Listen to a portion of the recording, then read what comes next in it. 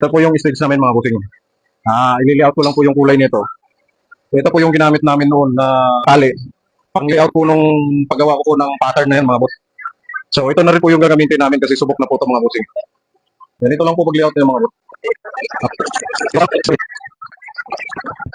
Kailangan po kasi makuha yung sentro mga bossing kasi hindi na po makita yung sentro doon yung dati namin ginawa dahil natakpan na po ng pintura. Ito po yung kalahati ng kabuuan mga boss. Tapos yung kalahati naman ito.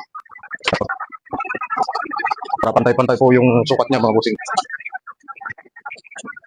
Tapos yung kalahati naman po nito ulit mga boss. Ito po yung kalahati niya.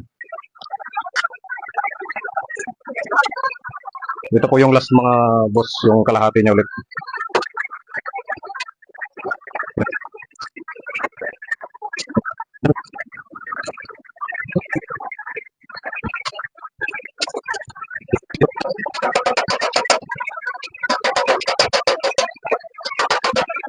So okay na po kung sa props namin at mga bossing. Kukunin lang po namin yung sentro mga boss. Doon, para siguradong hindi pumalpak mga bossing.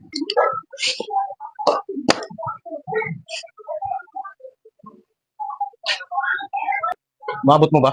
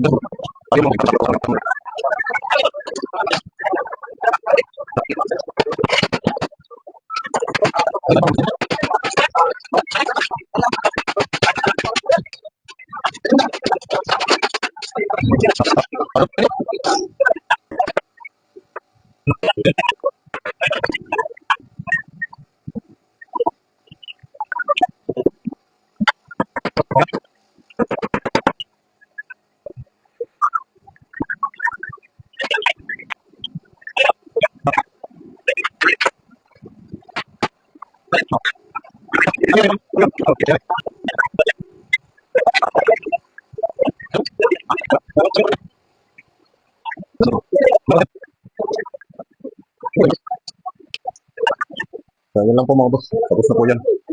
Pintura. Lalagyan na lang ng maskintit. Tapos pula puti. Pula puti.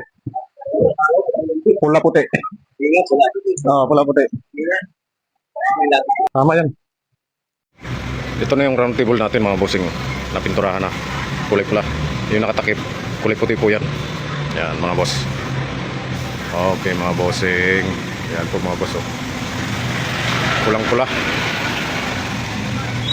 Bukas matatanggalan na po ng balot.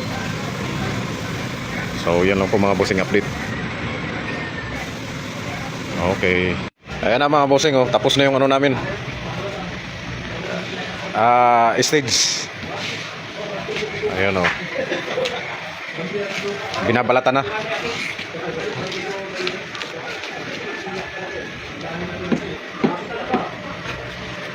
Ito na yung finished product natin mga boss sa stage. Yan mga bossing. Pinalitan po ng kulay yung mga boss. Ay, design pala. Yung kulay ganun pa rin. Yung mga bossing. Ito na po yung finish niya mga bossing. Tatlo po yan. Isa pa lang po yung natapos.